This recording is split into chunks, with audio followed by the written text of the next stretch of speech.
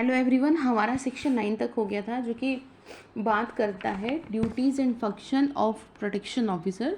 तो अभी हमें सर्विस प्रोवाइडर को समझना है। तो ये सर्विस प्रोवाइडर क्या है?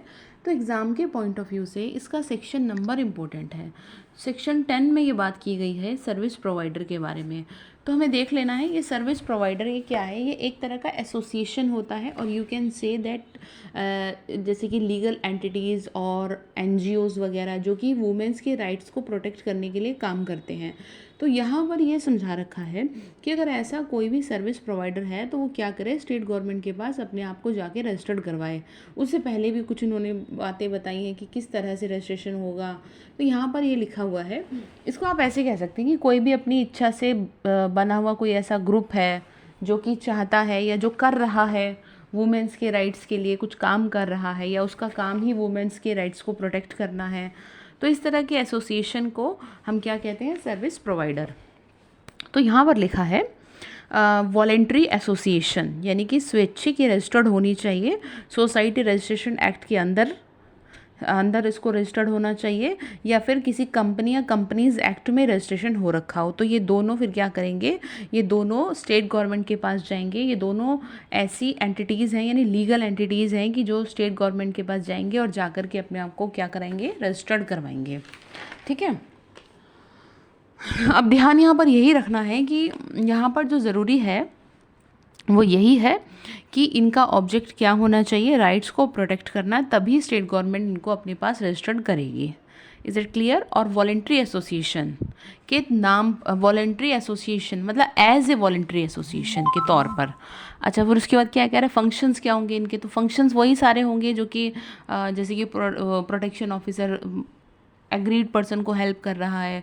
तो यहाँ पर इनके फंक्शंस क्या होंगे? सर्विस प्रोवाइड करवाना, ठीक है, मेडिकल असिस्ट के लिए कि भाई ध्यान देना कि मेडिकल असिस्ट मिल रही है नहीं मिल रही, जैसे भी रिक्वायरमेंट है। तो यहाँ पर जो पॉइंट मेन था वो मैंने आपको बता दिया, सेक्शन 10 नंबर, और स्टेट गवर्नमेंट के पास रजिस्टर्ड कराएंगे, बस इतना ध्यान रखना और कुछ नहीं। उसके बाद क्या आता है? फंक्शन आते हैं, ड्यूटीज़ आती हैं गवर्नमेंट की कि चलो ठीक है सब अपना अपना काम करें। गवर्नमेंट की क्या ड्यूटी है अब? तो गवर्नमेंट की ड्यूटी यहाँ पर ये कह रहे हैं, इन्होंने कहा है कि देखो ऐसा है, पब्लिक मीडिया के थ्रू क्या करेगी? गवर्नमेंट पब्लिकेशन करेगी। किस बात का पब्लिकेशन कर रही है यहाँ पब्लिक मीडिया के थ्रू? तो ये अवेयरनेस करनी पड़ेगी, पब्लिक में ट्रेनिंग प्रोग्राम्स करने पड़ेंगे।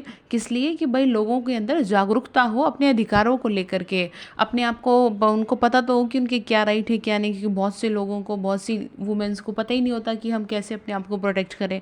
तो ये काम जो है ये किसका है? ये काम है गवर्नमेंट का, कि वो इस तरह की अवेयरनेस प्रोग्राम चलाए जिससे कि पब्लिक को हेल्प मिले।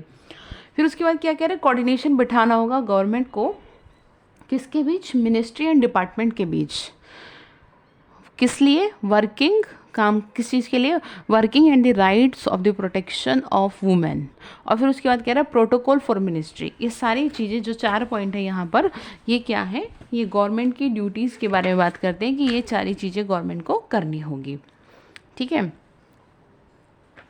अब जो मेन था वो मैंने कवर कर दिया है इसमें, जैसे कि मैंने आपको बता दिया टेलीविज़न रेडियो के माध्यम से, प्रिंट मीडिया के माध्यम से कैसे भी करे, अवेयरनेस प्रोग्राम चलाए, किसी तरह जागरूक करे। अब उसके बाद हमारा आता है चैप्टर 4 जो कि बात करता है procedure for obtaining orders of relief.